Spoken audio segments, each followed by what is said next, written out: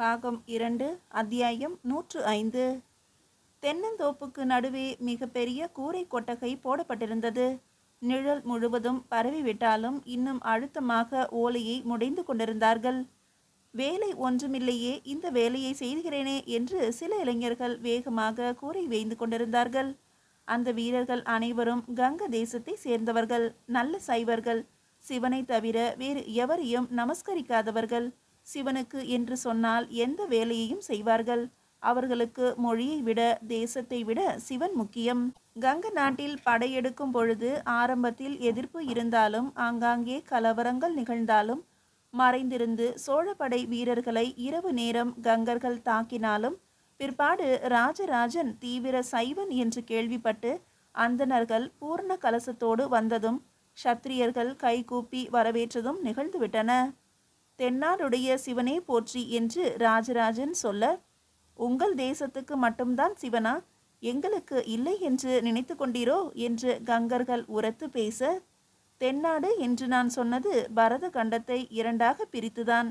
நீங்களும் தென்னாட்டில்தான் இருக்கிறீர்கள், நாம் எதிரிகள் அல்ல, நண்பர்கள் என்று ராஜராஜன் விளக்க, அவர்கள் ராஜராஜனை தழுவிக்கொண்டார்கள். அங்கும் கோயில் திருப்பணிகள் நடந்தன. திருத்தொண்டர் புராணம் பற்றி அங்கும் கதைகள் சொல்லப்பட்டன. ராஜராஜன் தலைமையை வெகு எளிதாக கங்க தேசம் ஏற்றுக்கொண்டது. சோழர்கள் குடமலை நாட்டிற்கு போன போது அந்த வீரர்கள் திகைத்து போனார்கள். என்ன செய்ய வேண்டும் என்று தெரியாமல் காடுகளில் ஓடி மறைந்து கொண்டார்கள். அந்த தேசத்தை வெறும் பெண்கள் மட்டுமே நிர்வாகம் செய்து கொண்டிருக்க ராஜராஜன் அவர்களை மிக மரியாதையாக நடத்தியதை கேள்விப்பட்டு நெகிழ்ந்து போனார்கள். மேற்கு கரை ஓரமாகவே ராஷ்டிரகூடர்களை சந்திக்க தஞ்சையின் பெரும் படை நடந்தது. அங்கு கடும் எதிர்ப்புகள் இருந்தன. ராஜராஜன் தன் முழு வலிமையையும் காட்ட ராஷ்டிரகூடர்கள் அடிபணிந்தார்கள். மேலே சாளுக்கியத்தில் சற்று எதிர்ப்பு இருந்தாலும் கிழக்கு பக்கமுள்ள கீழே சாளுக்கியத்திலிருந்து நல்ல நட்புகள் வந்துவிட்டன. உறவுகளும் ஏற்பட்டுவிட்டன. மனம் உவந்து அவர்கள் ராஜராஜனை சுவீகரித்து கொண்டார்கள். சேரர்களோ அமைதியாகிவிட்டார்கள். இலங்கை நடுங்கிக் கொண்டிருக்கிறது. ஆனால் ராஜராஜனுக்கு உண்மையான எதிரிகள் பாண்டியர்கள். ஒரு பொழுதும் இந்த பாண்டியர்கள் சோழர்களை ஏற்றுக்கொள்ளவில்லை, ராஜராஜனை அங்கீகரிக்கவில்லை. அவர்களுக்கு ராஜராஜனின் தமையனான ஆதித்த கரிகாலன் அவர்களது அரசனான வீரபாண்டியனின் தலையை வெட்டி எறிந்தது இன்னும் ஞாபகத்தில் இருக்கிறது. சோழர் குலத்தை அழிப்பேன் என்று பாண்டியர்கள் சபதம் செய்திருக்கிறார்கள். என்றேனும் ஒரு நாள் சோழ தேசம் முழுவதும் இடித்து தரைமட்டமாக்கிவிட்டு கோவேறு கழுதைகளை போட்டு உழுது பேய்க்கடுகு விதைத்து அந்த பேய்க்கடுகு முளைத்த காட்டில் மீன் கொடியை பறக்க விடுவோம். சோழ தேசம் செந்நெல் விளைகின்ற பூமி அல்ல, வெறும் கடுகு விளையும் சுடுகாடு என்று உரத்து சொல்லுவோம் என்று ஆவேசப்பட்டிருக்கிறார்கள். இங்கு வந்த இந்த 10,000 வீரர்களில் ஒருவன் கூட பாண்டியன் இல்லை. ஒரே ஒரு பாண்டிய தேசத்தவன் மட்டும் சுற்றி சுற்றி வருவதாக பேசிக்கொண்டார்கள். பாண்டியனாக இருப்பவன் சோழ பூமியில் இருக்க முடியாது. அவனுக்கு உடம்பு பற்றி எரியும், மனம் எரியும். என்னை அழித்த உனக்கு இந்த வாழ்வை பார் என்று சோழ தேசத்தின் ஒவ்வொரு வளர்ச்சியும் அவனுக்கு வேதனை தரக்கூடியதாக இருக்கும். அந்த வளர்ச்சியை நாசம் செய்ய வேண்டும் என்ற எண்ணம்தான் எழும். பாண்டியர்களை தவிர பரத கண்டத்தின் தென் பகுதி முழுவதும் சோழ தேசத்துக்கு கட்டுப்பட்டு அதன் அன்புக்கு வசப்பட்டிருக்கிறது. பாண்டிய தேசத்தையும் வசப்படுத்த வேண்டும். ஆனால் நாய் வாலை நிமிர்த்த முடியுமோ? கருவூர் தேவர் கவலைப்பட்டார். கூரை கொட்டகைக்குள் நுழைந்தார். பம்பம் மகாதேவ் என்று ஒரு ராஷ்டிரகூட வீரன் உரக்க கத்தினான். வட இந்திய பைராகிகள் அப்படி கத்துவதுதான் வழக்கம். கருவூர் தேவருடைய நீண்ட தாடியையும் சடையையும் பார்த்துவிட்டு பைராகி என்று அவரை நினைத்து கொண்டிருக்கிறான். அவனை பார்த்து கருவூர் தேவர் மெல்ல சிரித்தார். கங்க வீரர்கள் எழுந்து நின்றார்கள். சிலருக்கு அவர் யார் என்றும் தெரிந்திருந்தது, சிலருக்கு தெரியாது போனாலும் அவருடைய தோற்றம் ஒரு மரியாதையை ஏற்படுத்தியது. கங்க வீரர்களுடைய இனிமையான குணம் கருவூர் தேவரை கவர்ந்தது. ராஷ்டிரகூடர்கள் சற்று விலகி போனார்கள். சாளுக்கியர்கள் இடுப்பில் கை வைத்து கொண்டு என்ன வேண்டும் என்பது போல ஆத்திரமாக பார்த்தார்கள். கூரை கிழக்கு மேற்காக இருந்தது. கருவூர் தேவர் மெல்ல நடந்து கூரையின் மேற்கு பக்கம் போனார். அதன் விளிம்பில் நின்று கொண்டார். ஒரு மூங்கில் கழியை எடுத்து ஒரு சதுரம் வரைந்தார். சதுரத்துக்கு நடுவே வட்டம் வரைந்தார். அங்கிருந்து மரப்பலகையை சீடனுக்கு சுட்டி காட்டினார். அவன் கொண்டு வந்து போட அதில் அமர்ந்து கொண்டு முகம் துடைத்து கொண்டு கை கூப்பினார். ஓம் நமசிவாய என்று நிதானமாக சொல்ல துவங்கினார். சீடர்கள் அவர் எதிரே அமர்ந்து கொண்டார்கள். அவர்களும் ஓம் நமசிவாய என்றார்கள். கங்க வீரர்களும் ராஷ்டிரகூடர்களும் நெருங்கி வந்தார்கள். அவர்களும் அமர்ந்து கொண்டார்கள். குடமலை வீரர்களும் தடிகைப்பாடி வீரர்களும் அதற்கு பின்னே அமர்ந்து கொள்ள சாளுக்கியர்கள் தொலைவிலே கை கட்டி நின்று கொண்டிருந்தார்கள். கிட்டத்தட்ட 5000 பேர் கொண்ட கூட்டம் அமைதியாக உட்கார்ந்து ஓம் நம சிவாய மந்திரத்தை கருவூர் தேவர் சொல்ல பதிலுக்கு வாங்கி எதிரொலித்தது. வெகு சீக்கிரத்தில் அந்த கூரைக்கு கீழுள்ள சூழ்நிலை வேறு விதமாக மாறியது. அரை நாழிகை இடைவிடாமல் நமச்சிவாய மந்திரத்தை சொல்லிவிட்டு மெல்ல கருவூர் தேவர் கண்களை திறந்து எழுந்து நின்றார். வீரர்கள் அவரையே பார்த்து கொண்டிருந்தார்கள். உங்களுக்கென்று ஒரு வீடு கட்டி கொண்டு விட்டீர்கள். வீடு என்றால் அங்கு கடவுள் இருக்க வேண்டுமல்லவா? கடவுளுக்கென்று ஒரு இடம் இருக்க வேண்டுமல்லவா? நமச்சிவாய மந்திரம் சொன்ன இந்த இடத்தில் ஒரு சிவலிங்கம் ஸ்தாபனம் செய்யப்படும். நீங்கள் தினசரி பூஜை செய்து வரலாம் என்று சொன்னார். வீரர்கள் கை கூப்பி கால் தொட்டு வணங்கினார்கள். எல்லோருக்கும் அங்கே திருநீறு தரப்பட்டது. ஐயா, அடிக்கடி இங்கே வந்து போவீர்களா என்று ஒரு வீரன் கேட்டான். ஆகா, வரலாமே என்றார் கருவூர் தேவர். நல்லபடி உணவு கிடைக்கிறதா என்று கேட்டார். கிடைக்கிறது. இன்னும் என்ன விதமான வசதிகள் வேண்டும் என்று கேளுங்கள். தரை ஈரமாக இருக்கிறது. களிமண் பூசி மெழுகினாலும் பக்கவாட்டிலிருந்து சாரல் அடித்து தரையை ஈரமாக்கி விடுவதால் வேறு ஏதேனும் வழி இருக்குமா என்று பார்க்க வேண்டும். இது ஒன்றும் பெரிய பிரச்சனை இல்லை. கருங்கல் பாறைகள் அதிகம் வரப்போகின்றன. பாறைகள் செதுக்கப்பட போகின்றன. இந்த இடங்களில் மெல்லிய கற்பலகையை பரப்பிவிட்டு விடலாம். பிறகு மற்ற வீரர்களிடமும் கருவூர் தேவர் குசலம் விசாரித்தார். சாளுக்கிய வீரர்கள் மட்டும் தள்ளியே இருந்தார்கள். அவர்களை பார்த்து புன்னகை செய்தார். சாளுக்கியர்களா? முகத்தை பார்த்தாலே தெரிகிறது. நலமா என்று விசாரிக்க அவர்கள் நிதானமாக தலையசைத்தார்கள். அவர்களிடம் கோபம் இல்லை. ஆனால் நெருங்கி பழகுவதற்கு ஒரு தயக்கம் தெரிந்தது. கருவூர் தேவர் மெல்ல கூரையை விட்டு வெளியே வந்தார். ஒரு 10 பேர் என்னோடு வாருங்கள் என்று சொன்னார். அவர்களை அழைத்து கொண்டு மறுபடியும் ராஜராஜ பெருந்தச்சரின் மாளிகைக்கு போனார். பெருந்தச்சர் வேறு எங்கோ போயிருந்ததால் 2ஆம் கட்ட கதவு சாத்தி இருந்தது. பெருந்தச்சரின் இளைய சிற்பிகளை கதவு திறக்கச் சொன்னார். அவர்கள் தயங்க மெல்லிய அதட்டலில் அவர்களை விலகச் சொன்னார். தானே கதவு திறந்தார். உள்ளே புகுந்தார். 10 வீரர்களையும் அருகே அழைத்தார். பட்டு துணியை விலக்கி தஞ்சை பிரகதீஸ்வரர் கோவிலின் மாதிரியை காட்டினார். அந்த கங்க வீரர்களும் தடிகைப்பாடி வீரர்களும் குடமலை வீரர்களும் ராஷ்டிரகூடர்களும் திகைத்து போனார்கள். இதே போல எனக்கு ஒரு கனவு வந்தது, இதே போல்தான் என்று ஒரு வீரன் கூவினான். மற்றவர்கள் மாதிரியை சுற்றி சுற்றி வந்தார்கள். உட்கார்ந்து பார்த்தார்கள், நின்று பார்த்தார்கள், கன்னத்தில் கை வைத்து வியந்து பார்த்தார்கள், கை கூப்பினார்கள், தலைக்கு மேல் கரம் உயர்த்தினார்கள். மெல்ல கண்கள் பனிக்க தொட்டு கண்களில் ஒற்றி கொண்டார்கள். கருவூர் தேவர் மறுபடியும் அழைக்க அனைவரும் வெளியே வந்தார்கள். உங்களை சார்ந்த வீரர்களிடம் எவ்வளவு பெரிய வேலையில் நாம் ஈடுபட்டிருக்கிறோம் என்று தயவு செய்து சொல்லுங்கள். இது சாதாரண விஷயம் இல்லை என்று சாளுக்கிய வீரர்களிடம் விவரியுங்கள். உங்களுக்குள் ஒற்றுமை இல்லாமல் போய்விடக்கூடாது. உறுதியான, அமைதியான, தெளிவான ஒரு ஒற்றுமை உங்களிடம் இருந்தால்தான் இந்த சிவாலயம் எழுப்பப்பட முடியும். நீங்கள் இதற்கு உதவி செய்ய வேண்டும் என்று ஒரு சைவன் என்கின்ற முறையில் உங்களை கரம் கூப்பி கேட்டுக்கொள்கிறேன் என்று கருவூர் தேவர் சொல்ல அந்த வீரர்கள் அவர் காலில் விழுந்து வணங்கினார்கள். நிச்சயம் உதவி செய்வோம் என்றார்கள். அவரிடமிருந்து விடைபெற்று கொண்டு தங்களுடைய கூரை நோக்கி வேகமாக போனார்கள். மற்றவர்களிடம் பரிமாறி கொள்ளுகின்ற ஆவேசம் அந்த நடையில் தெரிந்தது. கருவூர் தேவர் தேவரடியார்கள் இல்லம் நோக்கி திரும்பினார். ஒரு இளைய சிற்பி அரண்மனை வாசலில் உபசேனாதிபதிகளோடு பேசிக் கொண்டிருந்த ராஜராஜ பெருந்தச்சரிடம் கோயில் மாதிரி வடிவம் அடிமை வீரர்களுக்கு கருவூர் தேவரால் காட்டப்பட்டதை விவரித்து சொன்னான். ராஜராஜ பெருந்தச்சர் கோபமானார். அந்த கிழவன் கருவூரானை இனி மாளிகைக்குள் எந்த காரணம் கொண்டும் அனுமதிக்க கூடாது என்று நமது மாளிகை தொண்டை மண்டல வீரர்களுக்கு கட்டளையிடு. என் பெயர் சொல் என்று கர்ஜித்தார். மீதியை அடுத்த அத்தியாயத்தில் காணலாம். அத்தியாயம் 106. பசுக்கள் கூட்டத்தை விலக்கி கொண்டு அந்த சிறிய குதிரைப்படை காவிரி ஆற்றில் இறங்கியது. தட்டையான ஒரு பெரிய பரிசலை சோழ வீரர்கள் இருக்க பிடித்திருக்க குதிரைகளோடு அந்த அறுவர் படை பரிசலில் இறங்கியது. குதிரைகள் கால் மாற்றி மிரண்டதால் பரிசல் வேகமாக ஆடியது. ஒரே ஒருவரை தவிர மற்ற வீரர்கள் குதிரையிலிருந்து பரிசலில் குதித்து குதிரைகளை இருக்க பிடித்து சமாதானம் செய்தார்கள். ஒரே ஒரு வீரன் மட்டும் குதிரையிலிருந்து இறங்காமல் எதிர்கரையில் உள்ள பசுமையை வியப்போடு பார்த்து கொண்டிருந்தான்.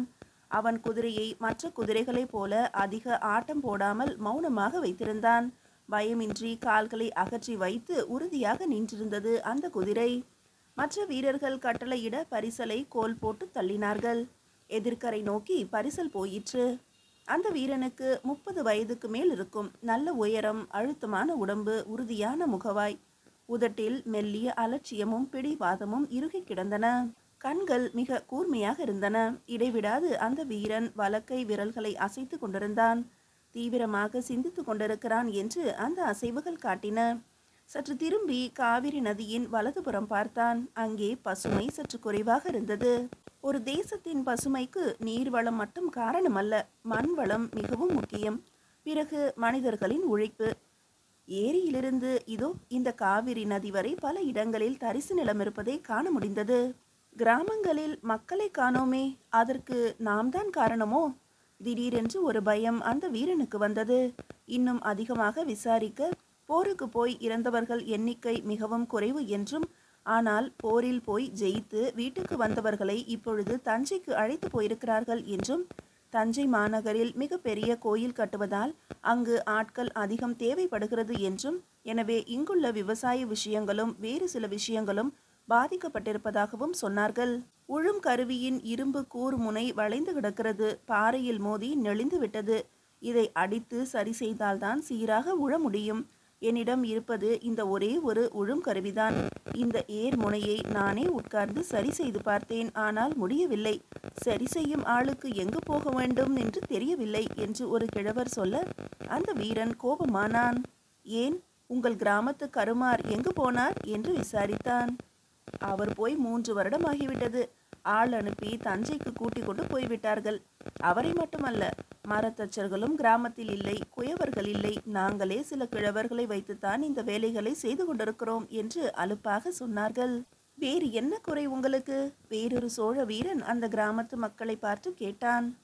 இந்த அழகான வாலிபன் மௌனமாக கிராமத்து மக்களையே பார்த்து கொண்டிருந்தான். தான் யார் என்று வெளிப்படுத்தாமல் அடக்கமாக இருந்தான். அந்த ஊரில் அவனுக்கு சில வாலிபர்களை தெரியும். ஆனால் அவர்களெல்லாம் ஊரை விட்டு தஞ்சைக்கு போய் 1 வருடத்திற்கும் மேலாகிவிட்டதாம். எங்கிருக்கிறார்கள், என்ன செய்கிறார்கள் என்று தெரியவில்லையாம். அதிகம் வயதானவர்களுக்கு இவனை பற்றி தெரியவில்லை. ஸ்ரீ ராஜராஜ சோழர் நலமா? அவர் இந்த இடத்தில் உட்கார்ந்து எங்கள் வீட்டு உணவை உண்டிருக்கிறார். செண்பக பூக்களால் மாலை செய்து அவருக்கு அணிவித்தோம். ஊரை விட்டு கிளம்பும் வரை மாமன்னர் அதை கழற்றவே இல்லை என்று பெருமையுடன் நினைவு கூர்ந்தார். மற்ற கிழவர்களும் அதை ஆமோதித்தார்கள். இளம் பெண்கள் வியப்போடு வீட்டுக்குள்ளிருந்து அந்த வீரர்களை பார்த்தார்கள். இவரை எங்கோ பார்த்தது போல இருக்கிறதே என்று அவனை சுட்டிக்காட்டி கேட்டார்கள். நான் ஒரு சேனாதிபதி என்று அவன் அவசரமாக பதில் சொன்னான். அப்படியா என்று கேட்டு சமாதானமானார்கள். எங்களுடைய முதல் பிரச்சனை நல்ல துணிகள். துணிகள் இந்த பக்கம் வந்து வெகு நாட்களாகிவிட்டன. வழக்கமாக வருடத்துக்கு 2 முறை நெசவாளர்கள் துணி கொண்டு வந்து விற்பார்கள். நிறைய நெல் வாங்கி கொண்டு போவார்கள். ஆனால் இந்த முறை அவர்கள் வரவே இல்லை. துணிகள் கிழிந்திருக்கின்றன. நல்லது கெட்டதுக்கு கூட வெளியே போக சிரமமாக இருக்கிறது என்று சொல்ல, அந்த இளைஞன் பனை ஓலை நறுக்கை எடுத்து அதில் 4 வரி எழுதி அந்த ஊர் பெரியவரிடம் கொடுத்தான். பின்னால் மிக பெரிய பொதிகளுடன் மாட்டு வண்டிகள் வருகின்றன. சோழ தேசம் நோக்கி போகின்ற வண்டிகள் அவை. இந்த ஓலையை 3வது வண்டியில் கொடுத்து 10 கோல் நீளத்துக்கு புடவை வாங்கி கொள்ளுங்கள். அழுத்தமான சாய துணிகளும் கிடைக்கும். இந்த ஓலையை கொடுத்தால் வெகு நிச்சயம் அவர்கள் கொடுப்பார்கள். பதிலுக்கு நாங்கள் என்ன தர வேண்டும்? அந்த கிழவர் பரபரப்பாக கேட்டார். எதுவும் இல்லை, என் அன்பளிப்பாக இருக்கட்டும்.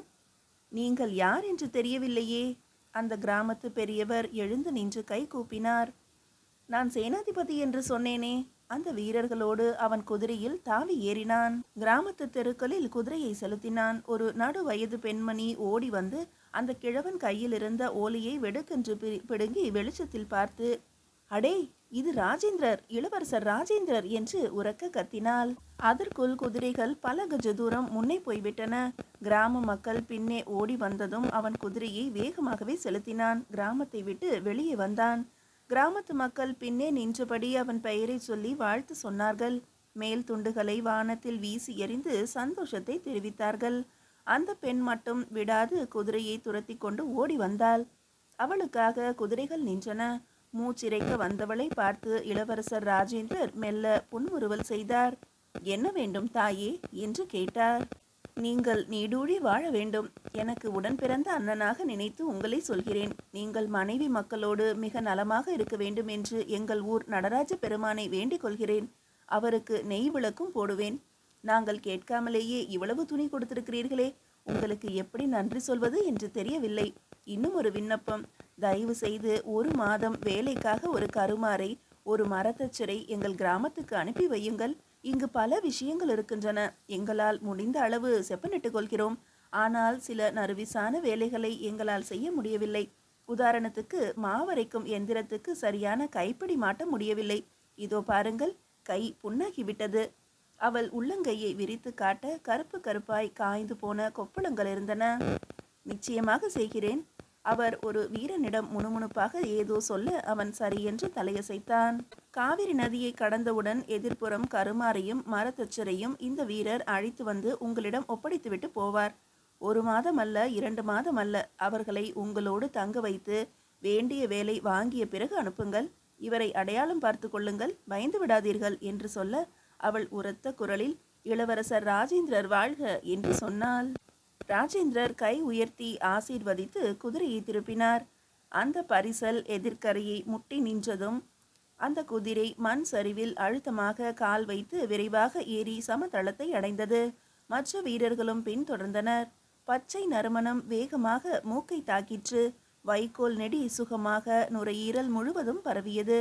பரிசல்காரருக்கு பணம் வழங்கப்பட்டது. சில நாழிகைகள் குதிரையில் குடந்தையின் எல்லையை வந்தடைந்தன. அங்கு ஓடுகின்ற காவிரியை வந்த வீரர்கள் குதிரையில் இருந்தபடியே தாண்டினார்கள். காவிரியில் மார்பளவு ஆழம் இருந்தது. குதிரைகள் எளிதாகவே கடந்தன. இளவரசர் ராஜேந்திரருக்கு புதிய துணி கொடுக்க ஒரு வீரன் முற்பட்ட போது வேண்டாம் என்று சொல்லிவிட்டார். தலைப்பாகையை உதறி இடுப்பில் சுற்றி கொண்டு இடுப்பு வேட்டியை வேறொரு வீரனிடம் கொடுக்க அவன் விரைவாக பிழிந்து கொடுத்தான். உதறி 2 வீரர்கள் அதை காய்வதற்காக பிடித்து கொண்டார்கள். அவர் ஆழ்ந்த சிந்தனையோடு கரையிலிருந்து காவிரியையே பார்த்தார். ஆடி மாதம் முடிந்துவிட்டது. இன்னும் வெள்ளப்பெருக்கு நிற்கவில்லை அல்லவா? ஆமாம், குடகுமலை பக்கம் தொடர்ந்து மழை பெய்வதாக சொல்கிறார்கள். மிக பெரிய நிலச்சரிவும் ஏற்பட்டு விட்டதாம். தண்ணீரை பாருங்கள், மஞ்சளாக இருக்கிறது. நிறைய மண் கலப்பு இருக்கிறது. நல்ல வேட்டி கூட பழுப்பாகிவிட்டதே என்று சொன்னார்கள். வேட்டி பழுப்பானால் என்ன? வண்டல் மண் நிலங்களை வளப்படுத்தும். குளங்களும் ஏரிகளும் நிரம்பிவிடும். பிறகு 3 போகம் எளிதாக நடக்கும் இல்லையா என்று கேட்க வீரர்கள் ஆமோதித்தார்கள். அதோ அங்கு புகை தெரிகிறதே. ஒரு வீரன் குடந்தையின் இடது பக்கமுள்ள ஒரு தென்னந்தோப்பை சுட்டிக்காட்டினான். ஆமாம், என்ன அது? யாகசாலையா? இளவரசர் ராஜேந்திரர் கேட்டார்.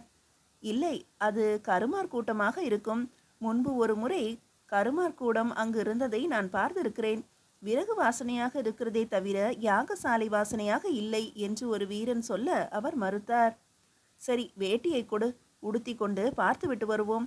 அங்கு உள்ளவர்களை ஓலை கொடுத்து நாம் கடந்து வந்த கிராமத்துக்கு அனுப்புவோம். நீங்கள் எதற்கு வருகிறீர்கள்? நான் பார்த்து கொள்கிறேன். நீங்கள் போய் பழையாறையில் ஓய்வெடுத்து கொள்ளுங்கள். உடுத்தி கொண்டு குதிரை ஏறினார். அவரை பின்தொடர்ந்து மற்ற வீரர்களும் போனார்கள். அன்று அவர் மனதில் அந்த கிராமத்துக்கு குயவரையும் கருமாரையும் அனுப்புகின்ற ஒரு எண்ணம் மேலோங்கி நின்றது. அந்த பெண் பிள்ளைக்கு உதவியாக இன்னும் ஏதாவது செய்ய வேண்டும் என்றும் அவருக்கு தோன்றியது. ஒரு கிராமம், அதில் இருப்பது 100-120 பேர். அதில் ஒரே ஒரு பெண் பிள்ளைக்கு மட்டும் படிக்க தெரியும். அவளும் ஓடி வந்து வெறுமே குறை சொல்லிவிட்டு திரும்ப போயிருக்கிறாள். இதை நான் கவனிக்கவில்லை என்றால் வேறு யாரும் கவனிக்க மாட்டார்கள். கருமார் இல்லாமல், தச்சன் இல்லாமல் வருஷ கணக்காக ஒரு ஊர் எப்படி வளர முடியும்? நல்ல வேளை, துணியாவது கொடுத்தோம். அதுபோல வேறு ஏதேனும் கொடுத்து விட்டு வந்திருக்கலாம் என்று யோசித்தபடி, இந்த மாதிரி இன்னும் எத்தனை கிராமங்கள் இருக்கிறதோ என்று சிந்தித்தபடி புகை வரும் இடம் நோக்கி குதிரையை வேகமாக செலுத்தினார். தென்னந்தோப்பு வேலி போட்டு அடைக்கப்பட்டிருந்தது. மூங்கில் படலை ஒரு வீரன் ஈட்டியால் குத்தி நகர்த்தினான், வழி ஏற்படுத்தினான். குதிரைகள் மெல்ல உள்ளே நுழைந்தன. யாரது?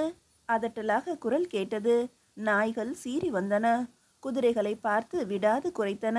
வீரர்கள் நாய் மீது கண் வைத்தபடியே அவைகளுக்கு முன்னால் ஈட்டியின் பிடியை காட்டி பயமுறுத்தியபடியே உள்ளே நுழைந்தார்கள். அந்த வீரன் சொன்னது சரி, அது ஒரு கருமார் பட்டறைதான்.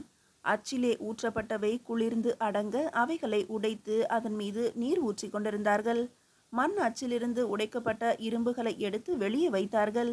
அத்தனையும் ராட்டினங்கள், விதவிதமான அளவுகளில் ராட்டினங்கள். சுற்றி பார்த்தபோது குவியல் குவியலாக இன்னும் பல ராட்டினங்கள் இருப்பது தெரிந்தது. குதிரை வீரனை நோக்கி அந்த ராட்டினத்தை சுட்டிக்காட்ட அவன் இறங்கி போய் ஒரு இரும்பு துண்டை எடுத்து வந்தான். அந்த ராட்டினத்தை முன்னும் பின்னும் பிரட்டி இளவரசர் ராஜேந்திரர் உற்று பார்த்தார். நடுவில் உள்ள ஓட்டையில் விரல் விட்டு சுழற்சி பார்த்தார். ராட்டினம் வேகமாக சுழன்றது. திருப்பி அந்த வீரனிடம் கொடுத்துவிட்டு மெல்ல குதிரையிலேயே பட்டறையை சுற்றி வந்தார். யார் நீங்கள்? எதற்காக வந்திருக்கிறீர்கள்? என்ன வேண்டும்? பார்த்தால் சோழ வீரர்கள் போல இருக்கிறீர்கள். உள்ளே வருவதற்கு அனுமதி கேட்கவில்லையே. என்ன வேண்டுமென்று சொல்லுங்கள். கருமான் உரத்த குரலில் அதட்டினான். வீரர்கள் ராஜேந்திரரையே பார்த்து கொண்டிருந்தார்கள். நாங்கள் சோழ வீரர்கள்தான். நான் ஒரு சேனாதிபதி. வடக்கே போர் முனையிலிருந்து திரும்பிக் கொண்டிருக்கிறோம். போரில் பழுதுபட்ட எங்கள் ஆயுதங்களை சரி செய்து கொள்ள வந்தோம். புதிய ஆயுதங்களும் வாங்க வந்திருக்கிறோம். ஏதேனும் ஆயுதங்கள் வைத்திருக்கிறாயா? எங்கு இருக்கின்றன ஆயுதங்கள்? ஆயுதங்கள் செய்வது நிறுத்தி வெகு நாளாயிற்றே. வெகு நாள் என்றால் 1 வருடம் ஆயிற்று. ஏன் ஆயுதங்கள் செய்வதில்லை? போர் இல்லையே. போர் இல்லை என்று யார் சொன்னது? உங்களை போன்ற வீரர்கள் தான் சொல்கிறார்கள். இப்பொழுது என்ன செய்து கொண்டிருக்கிறீர்கள்? ராட்டினங்கள், இரும்பு கம்பிகள், கடப்பாறைகள் செய்து கொண்டிருக்கிறோம். எதற்காக இவ்வளவு ராட்டினங்கள்? சோழ தேசத்தில் உள்ள அத்துணை ராட்டினங்களும் தேய்ந்து விட்டனவா என்ன? இல்லை இல்லை, வீட்டு பயன்பாட்டிற்கான ராட்டினங்கள் தேயவில்லை. இவை கட்டிடம் கட்டுவதற்காக, கோயில் கட்டுவதற்காக உத்தரவு கொடுக்கப்பட்டு செய்யப்படுகின்றன. கோயில் கட்ட இந்த ராட்டினங்கள் எப்படி பயன்படும்? அந்த கருமான் ராட்டினங்களை எடுத்து தரையில் விதவிதமான கோணங்களில் வைத்தான். இளவரசர் ராஜேந்திரர் கீழிறங்கி அந்த கருமானை உன்னிப்பாக பார்த்தபடி அருகே வந்தார். எங்கும் இளவரசர் தன்னை வெளிப்படுத்திக் கொள்வதில்லை. இவர்களாக கண்டுபிடித்தால்தான் உண்டு என்று வீரர்கள் மனதுக்குள் நினைத்து கொண்டார்கள். மீதியை அடுத்த அத்தியாயத்தில் காணலாம்.